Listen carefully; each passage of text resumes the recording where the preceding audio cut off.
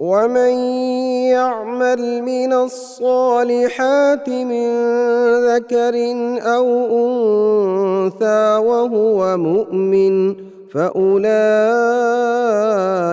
يدخلون الجنة ولا يظلمون نقيرا۔ بسم اللہ الرحمن الرحیم۔ ناظرین محترم، السلام علیکم ورحمۃ اللہ وبرکاتہ۔ آپ کا میزبان حافظ زین العابدین علوی اپنی سیریز نیکی کی راہیں کے ساتھ حاضر خدمت ہے۔ آج کا ہمارا ٹاپک ہے دیانت داری۔ یہ بڑا عظیم وصف ہے۔ دیانت دار انسان کی معاشرے میں بڑی وقت اور ویلیو ہوتی ہے۔ دیانت داری کے حوالے سے ہم جانیں گے آج کے اس پروگرام میں۔ ہم نے اسٹوڈیوز میں انوائٹ کیا ہے اپنے معزز مہمان محترم شیخ شفیق الرحمن علوی حفظہ اللہ کو، تو آئیے آپ کو ہم ان سے ملواتے ہیں۔ شیخ محترم، السلام علیکم ورحمۃ اللہ۔ وعلیکم السلام ورحمۃ اللہ وبرکاتہ۔ آپ کی تشریف آوری کا بہت شکریہ۔ سب سے پہلے تو ہمیں یہ بتائیں کہ دیانت سے کیا مراد ہے، اور شریعت مطہرہ میں اس کے حوالے سے کیا فضائل آئے ہیں، اور اس کے دنیاوی اخروی فوائد کیا ہیں؟ ہمارے ناظرین کو ذرا یہ تفصیلاً بتائیے۔ بسم اللہ الرحمن الرحیم۔ الحمدللہ والصلاۃ والسلام علی رسول اللہ، اما بعد۔ دیانت یہ حقیقت میں یقیناً ایک بہت بڑی صفت اور خوبی ہے، اور ہر انسان میں، ہر مسلمان میں یہ ہونی چاہیے۔ بالکل۔ اور اس کا مفہوم یہ ہے کہ یعنی اس کے ذمے جو بھی ذمہ داری ہے معاشرتی طور پہ یا کسی ادارے کی طرف سے، یعنی اس کو جس چیز کا بھی ذمہ دار بنایا گیا ہے، تو وہ اللہ رب العالمین کے سامنے اپنی مسئولیت اور اپنی اس ذمہ داری کے بارے میں جواب دہی کا خیال کرتے ہوئے اس کو صحیح طریقے سے ادا کرے، اس کو دیانت داری کہتے ہیں۔ صحیح، ٹھیک ہے۔ یقیناً اسی کے ذریعے معاشرے میں خیر اور بھلائی پھوٹتی ہے، پھیلتی ہے، اور لوگوں میں انصاف، عدل و انصاف ہوتا ہے، لوگوں کے حقوق محفوظ ہوتے ہیں۔ تو یہ ہر انسان کو اس صفت سے متصف ہونا چاہیے، کیونکہ ہر انسان دوسرے کے ساتھ اس کا کوئی نہ کوئی معاملہ ہوتا ہے، تو اس میں اس کو دیانت داری ملحوظ رکھنی چاہیے۔ اور بالخصوص جب انسان اپنے اوپر کوئی ذمہ داری لیتا ہے تو پھر اس کو ادا کرنا اس کے ذمے واجب بھی ہوتا ہے، اور معاشرے میں بھی اس کی اسی وقت قدر اور ویلیو ہے کہ وہ اپنی اس ذمہ داری میں عہدہ برآ ہو دیانت داری کے ساتھ۔ معاشرے والے بھی اس کی عزت کرتے ہیں، اس کی عزت بڑھتی ہے، اور اللہ رب العالمین کے ہاں بھی اس کا مقام و مرتبہ بڑھتا ہے۔ قرآن مجید میں اللہ مالک الملک نے فضیلت اس کی بیان فرمائی ہے۔ سورہ المومنون میں اللہ نے مومنوں کے اوصاف بیان کیے۔ قد افلح المؤمنون، یقیناً وہ مومن فلاح پا گئے، کامیاب ہو گئے۔ اور پھر فرمایا جو اپنی نمازوں میں خشوع اور خضوع اپناتے ہیں، اور جو لغویات سے اعراض کرتے ہیں۔ اس طرح بیان کرتے کرتے پھر فرمایا والذین هم لاماناتهم وعہدهم راعون، جو اپنے امانتوں اور اپنے عہد و پیمان کا پاس رکھتے ہیں، اس کا خیال رکھتے ہیں۔ تو یہ ہو گئی دیانت داری اور امانت داری، اور اس کو چھوڑ دینا یہ بددیانتی میں آ جائے گا۔ تو فرمایا جو اپنی امانتوں کا خیال رکھتے ہیں اور اپنے عہد کا خیال رکھتے ہیں، اولئک هم الوارثون الذین یرثون الفردوس، یہ وہ لوگ ہیں جو جنت الفردوس کے وارث بننے والے ہیں۔ تو وہ بنیادی اوصاف جو جنت کے وارث بننے کے لیے ضروری ہیں، ان میں امانت و دیانت داری جو ہے وہ اہم اہمیت کی حامل وصف ہے یہ۔ سورۃ المعارج میں بھی اللہ مالک الملک نے ایسے لوگوں کا ذکر کیا کہ انسان حقیقتاً ایک تھوڑ دلا اور بڑا حریص ہے۔ جب اس کو تکلیف پہنچتی ہے تو جزع فضع کرتا ہے، اور جب اس کو خیر پہنچتی ہے تو وہ اس کو اپنے پاس روک لیتا ہے اور دوسروں تک نہیں پہنچنے دیتا۔ فرمایا مگر جو لوگ نمازی ہیں، اور آگے پھر وہی تقریباً اوصاف بیان کیے کہ جو یہ جن کے اوصاف ہیں وہ اس طرح نہیں ہوتے، اور ان میں بھی ان لوگوں کا ذکر کیا جو اپنے امانتوں اور اپنے عہد کا پاس اور خیال رکھتے ہیں۔ اور آخر میں فرمایا اولئک فی جنات مکرمون، یہ لوگ اللہ کی جنتوں میں بڑی عزت پائیں گے۔ سبحان اللہ۔ تو یہ گویا دنیا اور آخرت کی خیر اور بھلائی کا سبب ہے۔ صحیح۔ دیانت داری، امانت داری یقیناً بہت بڑا وصف ہے، اور اللہ کے نبی علیہ الصلاۃ والسلام وہ اس کے یعنی مصداق بھی تھے، اور آپ کے دشمن بھی اس بات میں آپ کی گواہی دیتے تھے۔ تو رسول اکرم صلی اللہ علیہ وسلم کی امانت اور آپ کی دیانت داری کے حوالے سے ہمارے ناظرین کو کچھ بتائیے۔ سب سے پہلے تو میں یہ یعنی اس حوالے سے عرض کروں گا کہ اللہ مالک الملک کی طرف سے بھی یہ ایک بہت بڑی امانت ہوتی ہے، ذمہ داری ہوتی ہے کہ یہ پیغام میرا لوگوں تک پہنچا دیا جائے۔ تو ہر نبی امانت کی صفت سے متصف ہوتا ہے، ایک امانت کی صفت سے اور ایک خیرخواہی کی صفت سے۔ جیسے سورہ الاعراف میں اللہ نے نوح علیہ الصلاۃ والسلام کے حوالے سے انہوں نے اپنی قوم کو کہا کہ اللہ کی عبادت کرو، تم اس کے سوا کوئی الہ نہیں، اور پھر کہا وَأَنَا لَكُمْ نَاصِحٌ أَمِينٌ، میں تمہارا خیر خواہ ہوں اور میں امانت دار ہوں، یعنی کسی قسم کی کوئی بددیانتی نہیں کر رہا، اللہ کا پیغام بالکل من وعن تمہیں پہنچا رہا ہوں، سبحان اللہ، اور خود بھی اس کے اوپر عمل پیرا ہوں۔ اسی طرح حضرت صالح علیہ الصلاۃ والسلام کے حوالے سے آتا ہے سورہ اعراف ہی میں کہ جب ان کی قوم نے ان کا انکار کیا اور وہ اللہ کے عذاب سے دوچار ہوئے، جب وہ حضرت صالح وہاں سے واپس جانے لگے تو کہا کہ اے میری قوم، میں نے تمہیں اپنے رب کا پیغام پہنچا دیا تھا اور میں نے خیرخواہی کی تمہاری، لیکن تم خیرخواہی کرنے والوں کو پسند نہیں کرتے۔ تو گویا قوموں نے ہمیشہ نبیوں کی امانت و دیانت کا اور ان کی خیرخواہی کا لحاظ نہیں کیا تو وہ برے انجام سے دوچار ہوئے۔ تو نبی صلی اللہ علیہ وسلم وہ تو ہر وصف میں تمام انبیاء سے اعلیٰ اور اشرف تھے، تو یقیناً امانت میں بھی آپ بہت بڑے عالم رتبے پہ فائز تھے۔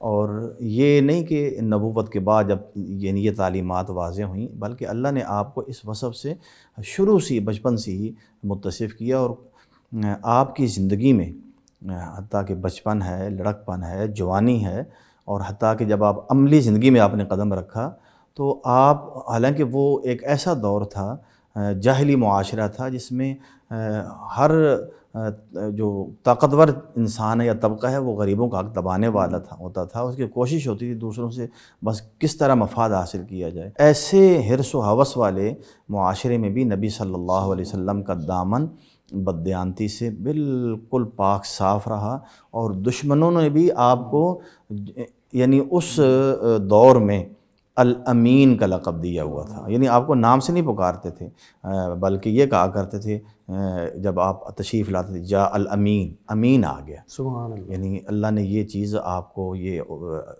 دشمنوں کی گواہی ان کی زبانوں پہ جاری کر دی ہوئی تھی۔ اور اس کے ایک واقعہ بہت تاریخ میں سبق آموز بھی ہے، اور جو آپ کی ایک امانت و دیانت کی دشمنوں کی گواہی کے اوپر بھی بڑی دلیل ہے، اور دوسرا آپ کے یعنی فہم و فراست کے اور بڑے بڑے مشکل مسائل کو حل کرنے کا جو ملکہ تھا اللہ نے آپ کو عطا فرمایا تھا، وہ اس سے ظاہر ہوتا ہے۔ صحیح کہ جب نبی علیہ الصلاۃ والسلام کی عمر مبارک 35 سال ہوئی، اور ابھی آپ کو نبوت نہیں تھی ملی، 40 سال کی عمر میں ملی تھی، اور 5 سال پہلے کا یہ واقعہ ہے کہ مشرکین مکہ نے بیت اللہ کو نئے سرے سے تعمیر کرنے کا جو ہے وہ عزم کیا، کیونکہ اس کی بنیادیں کھوکھلی ہو چکی تھیں۔ تو اس میں بہرحال اللہ کے نبی بھی اس تعمیر میں شامل تھے، بنفس نفیس شریک تھے۔ تو جب اس کی دیواریں بلند ہوئیں اور حجر اسود کو اپنے مقام پہ رکھنے کا وقت آیا، تو اب یہ ایک ظاہر ہے کہ بہت بڑا ایک شرف اور منزلت تھی کہ جو بھی اس کو اٹھا کے رکھے گا تو وہ بڑی اس کی عزت ہوگی۔ تو ہر قبیلے کا یہ اس کی کوشش تھی کہ ہمارا کوئی آدمی، ہمارا سردار، ہمارا بڑا یہ رکھے، اور ظاہر ہے وہ ایک ہی آدمی اٹھا کے رکھنا تھا۔ تو اس کے اوپر نہ ان کی آپس میں چپکلش ہو گئی، حتیٰ کہ قریب تھا کہ ان میں جنگ، خون ریز جنگ شروع ہو جاتی۔ تو ایک عقل مند تجربہ کار انسان نے کہا کہ اس موقع پہ اتنا بابرکت موقع ہے، اللہ کا گھر تعمیر کر رہے ہو اور کیا کرنے جا رہے ہو، تو میں تمہیں ایک مشورہ دیتا ہوں کہ بیٹھ جاؤ، انتظار کرو، جو آدمی بھی سب سے پہلے آئے گا اس کے سامنے اپنی یہ بات رکھنا، اور وہ جو فیصلہ کرے گا اس کے ہم فیصلے کو مان لیں گے۔ انہوں نے کہا ٹھیک ہے۔ اب وہ بیٹھ گئے، نبی علیہ الصلاۃ والسلام صفا کی جانب سے تشریف لائے، اور جو ہی لوگوں کی نظر پڑی آپ پر، آپ کی عمر 35 سال تھی اور بڑے بڑی عمر کے لوگ آپ موجود تھے جو آپس میں لڑنے جھگڑنے پہ جو ہے نا وہ انہوں نے عہد و پیمان کر لیا تھا، تو سب نے بیک زبان کہا جا الامین، جا الامین، رضینا رضینا، امین آ گیا، امین آ گیا، ہم خوش ہیں، ہم راضی ہیں، وہ جو فیصلہ کریں گے۔ تو نبی صلی اللہ علیہ وسلم جب تشریف لائے، انہوں نے اپنا معاملہ آپ کے سامنے رکھا، تو نبی علیہ الصلوۃ والسلام نے بڑی ہی حوصلے کے ساتھ اور تحمل کے ساتھ کہا کہ مجھے نا ایک چادر لا کے دو۔ تو چادر لے کے آئے، تو اس میں خود اپنے دست مبارک سے وہ پتھر اٹھایا بابرکت اور اس میں رکھا، اور سب قبیلے کے لوگوں کے سرداروں سے کہا کہ سارے اس کو پکڑو۔ تو ظاہر ہے ہر کسی کو پکڑنے کا وہ موقع مل گیا، وہ دور تھا، تو کہا کہ چلو اٹھا کے اس کو لے کے جاؤ اس مقام پہ۔ اب وہاں جب پہنچے تو فرمایا اب رکھ دو، انہوں نے رکھ دیا۔ نبی علیہ السلام نے وہ پتھر اٹھا کے اپنے مقام پہ نصب کر دی۔ سبحان اللہ۔ تو یہ اللہ کو ایک ایسا یعنی موقع اللہ نے مقدر میں آپ کے ساتھ لکھا ہوا تھا کہ نبوت سے پہلے ایک تو حجر اسود کا اس جگہ پہ رکھنا یہ آپ کے دست مبارک، آپ کے مقدر میں تھا۔ دوسرا اس تدبیر کی وجہ سے ایک بہت بڑی جنگ کا خطرہ ٹل گیا، فساد کا۔ تیسرا یہ کہ یہ بات واضح ہو گئی کہ لوگ آپ کو امین سمجھتے تھے۔ اس طرح بے شمار واقعات ہیں بار۔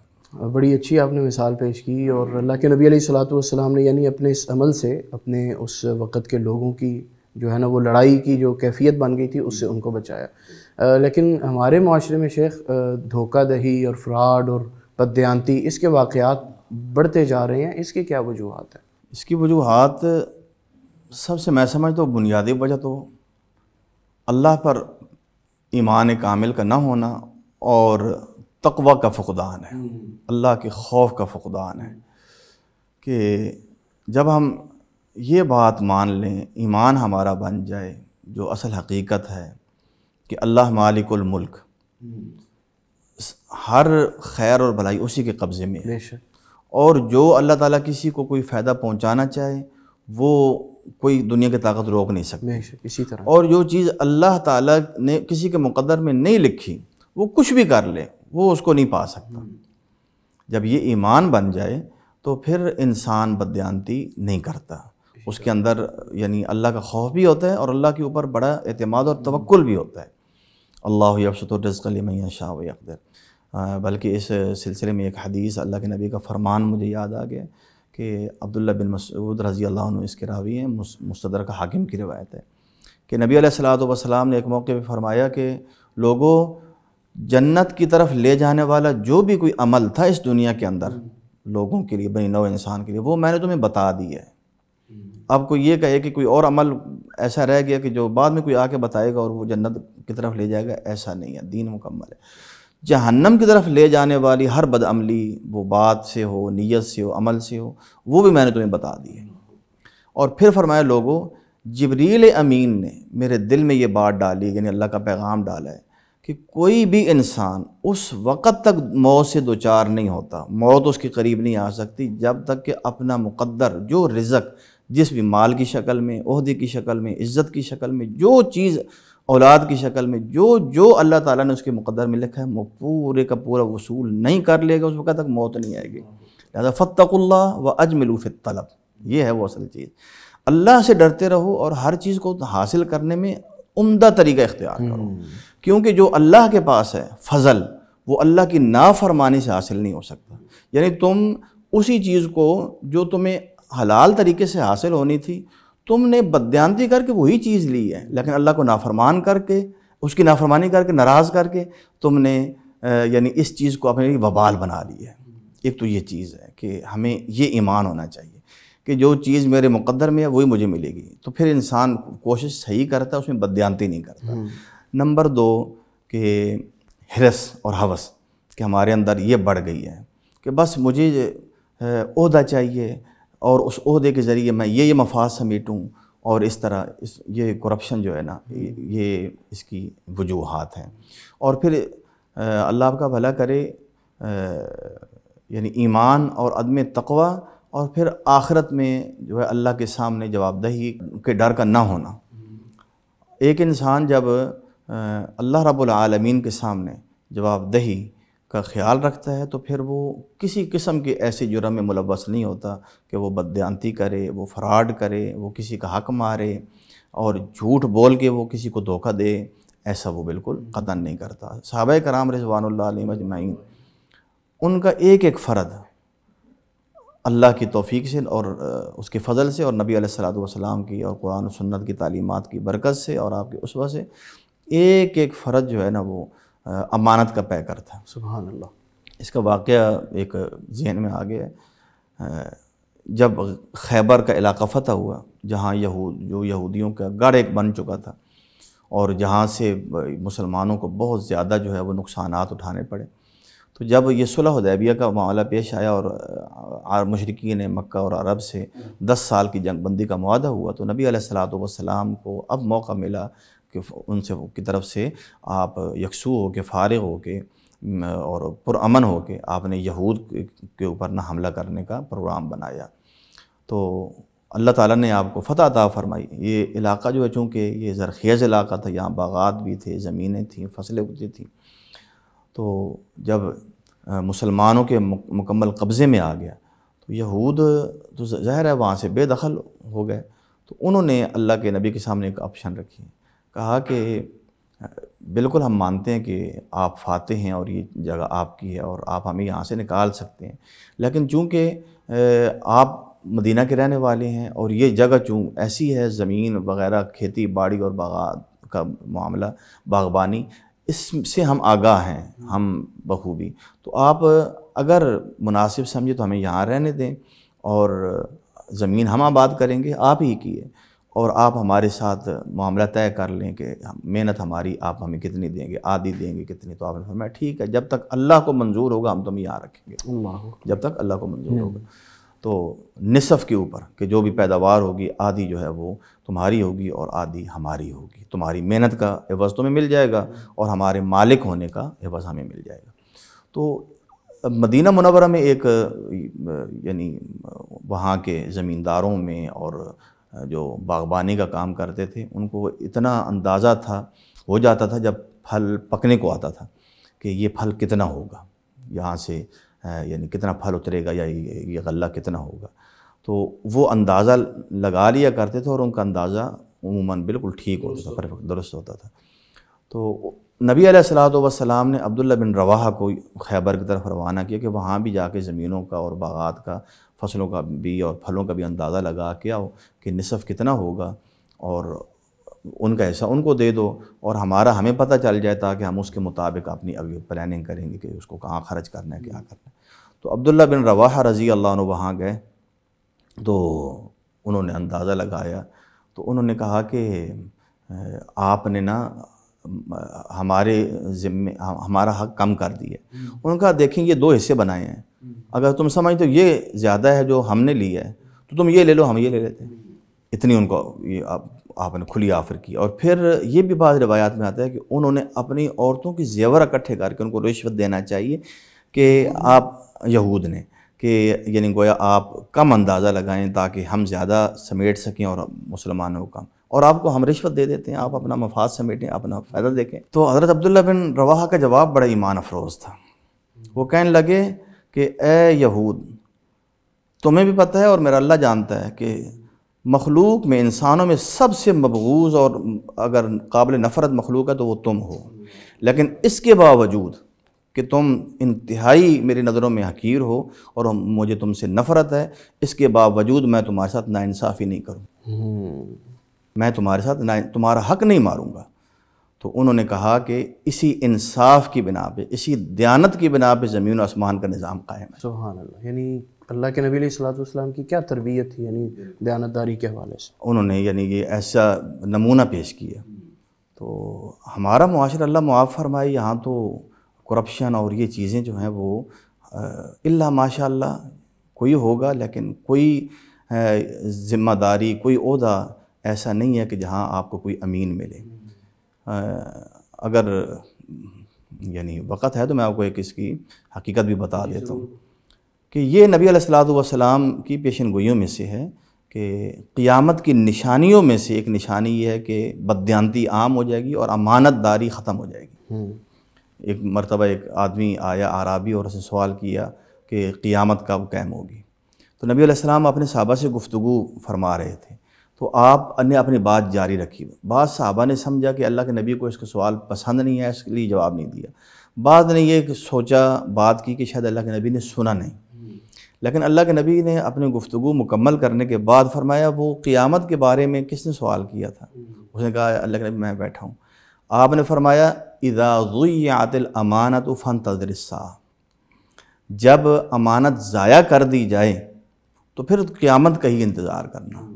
لوگوں نے پوچھا کہ امانت کی تضییع، اس کو ضائع کرنا کیا ہے؟ فرمایا اذا وسد الامر الی غیر اہلہا، جب کہ منصب اور لوگوں کے امور نااہل لوگوں کے حوالے کر دیے جائیں گے تو پھر قیامت کا ہی انتظار کرنا. یہ گویا قیامت کی نشانیوں میں سے ہے، اور ظاہر ہے کہ قیامت بدترین لوگوں پہ قائم ہوگی. تو یہ گویا بدترین عادات ہیں اور یہ قرب قیامت کی نشانیوں میں سے ہیں. نبی صلی اللہ علیہ وسلم نے امانت دیانت کے حوالے سے بتایا کہ یہ تو اللہ نے انسان کی فطرت میں رکھی ہے. مسلم شریف کی ایک حدیث ہے، حذیفہ رضی اللہ عنہ بیان کرتے ہیں کہ اللہ کے نبی نے ہمیں امانت کے بارے میں بتایا. فرمایا یہ لوگوں کے دلوں کے اندر اللہ نے رکھی ہے.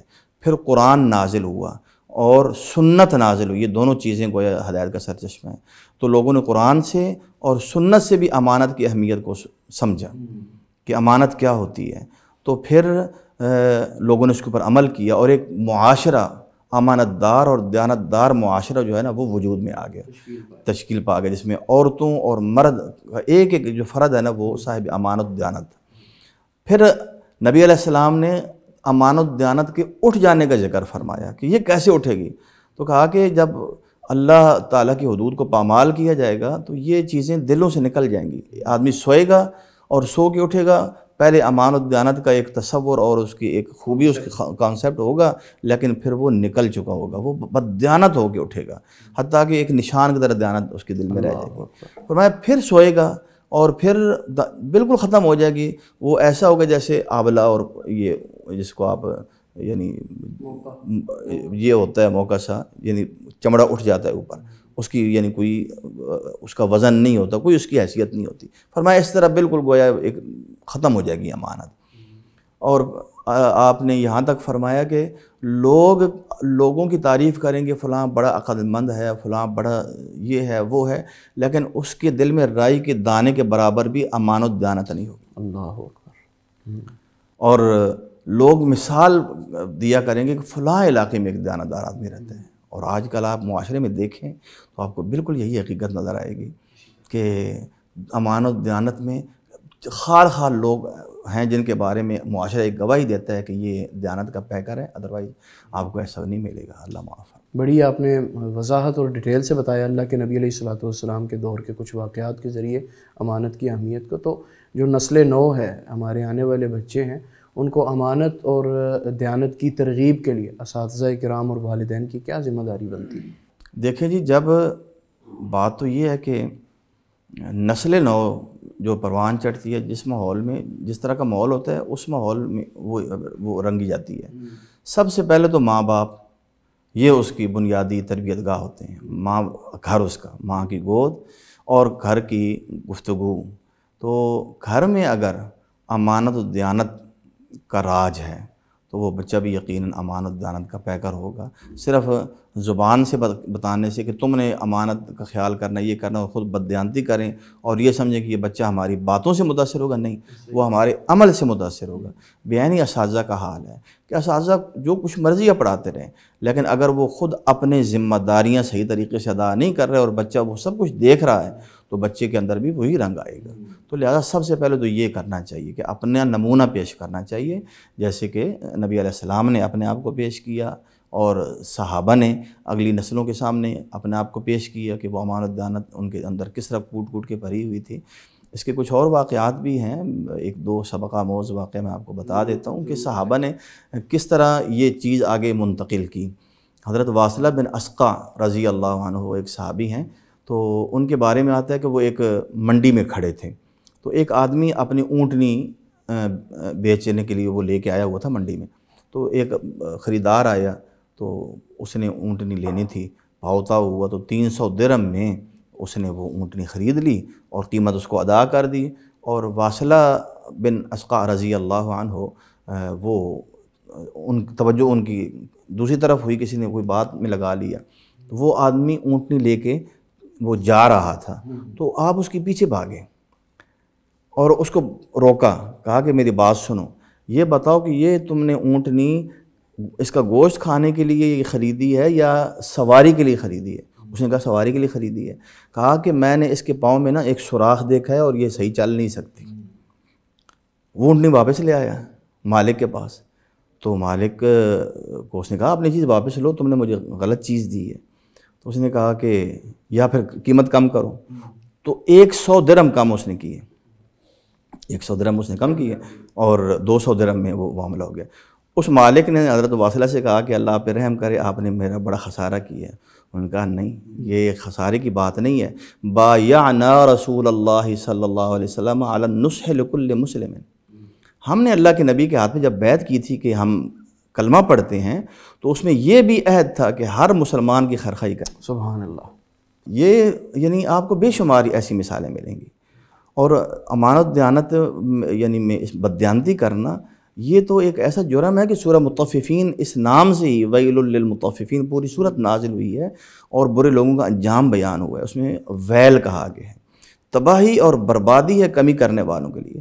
اور وہاں تو صرف ماپ تول میں کمی کرنے والوں کا ذکر ہے نا، تو دیکھا جائے حقیقت میں تو یہ ہر ذمہ داری میں کمی کو بددیانتی کہا جائے گا۔ کہ مثال کے طور پہ کہ جب لوگوں سے لیتے ہیں تو پورا وصول کرتے ہیں، جب ان کو دیتے ہیں تو کم دیتے ہیں۔ اب آپ دیکھیں کہ مثال طور پہ ایک انسان ایک ذمہ داری کے اوپر بیٹھتا ہے، فائز منصب کے اوپر، اب وہ کیا عہد کر رہا ہے کہ میں یہ گویا دیانتداری کے ساتھ اپنے کام نبھاؤں گا اور اس کے عوض مجھے یہ مراعات ملیں گی، یہ تنخواہ ملے گی، یہ سہولتیں ملیں گی، وہ تو میں پوری لے رہا ہوں اور خود بددیانتی کر رہا ہوں، تو کیا میں ویل نہیں کا مستحق بن رہا؟ اور وہ کتنے بدبخت لوگ ہیں جو اسی عہدے پہ اگر فیض رہ کے دیانتداری سے کام کرتے، تو حدیث میں آتا ہے اللہ کے نبی نے فرمایا کہ جو مقسط لوگ ہیں، انصاف کرنے والے دیانتدار لوگ، اور جو اپنے عہدوں کے ساتھ انصاف کرتے ہیں، اپنے ذمہ داریوں کے ساتھ اور معاشرے کے لوگوں کے ساتھ، حتیٰ کہ وہ لوگ بھی جو اپنے گھر بار کے صرف نگران ہیں، اس میں وہ انصاف کرتے ہیں، تو قیامت کے دن یہ مسلمان اللہ کے ہاں نور اور روشنی کی ایسی کرسیوں پہ بٹھائے جائیں گے سبحان اللہ کہ ان کے اوپر ان کو دیکھ کے نبی بھی ان کی مجلسوں کو دیکھ کے رشک کریں گے، کہاں یہ کرسیاں اور کہاں وہ کرسیاں۔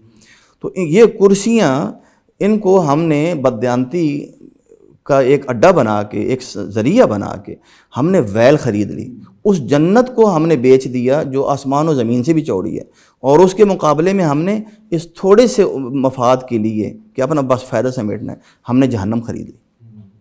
تو یہ ایک بہت بڑی یعنی گویا ہم ایک تباہی کی طرف جا رہے ہیں۔ شیخ، بددیانتی کے جو معاشرتی اثرات ہیں، نقصانات ہیں، اس کے متعلق ذرا رہنمائی فرمائیے۔ جس طرح پہلے وہ بات ہوئی ہے عبداللہ بن رواحہ رضی اللہ عنہ، تو یہود نے کیا کہا تھا؟ آسمان و زمین کا نظام انصاف پر ہی، دیانت کے اوپر ہی قائم ہے، اور اللہ کی بھی یہی صفت ہے، شہید اللہ انہ لا الہ الا هو والملائکۃ واولو العلم، کہ اللہ بھی یہ گواہی دیتے ہیں، فرشتے بھی اور اہل علم بھی، کہ اللہ کے سوا کوئی الہ نہیں، اور وہ اللہ کون ہے؟ قائما بالقسط، جو انصاف کو قائم کیے ہوئے ہے، اس کے علاوہ یعنی کوئی زمین و آسمان کا نظام یہ انصاف پہ قائم ہے۔ تو جس معاشرے پہ انصاف نہیں ہوگا، ظلم ہوگا۔ کہتے ہیں امام ابن تیمیہ کا قول ہے کہ کافر کی حکومت جو ہے وہ زمین پہ قائم اللہ برداشت کر لیتے ہیں، رہ سکتی ہے، لیکن ظلم پہ مبنی کوئی معاشرہ اور حکومت جو ہے نا وہ کامیاب نہیں ہوتی، وہ منزل تک نہیں پہنچتی۔ تو یہ گویا معاشرے کی جڑوں کو کھوکھلا کر دیتی ہے۔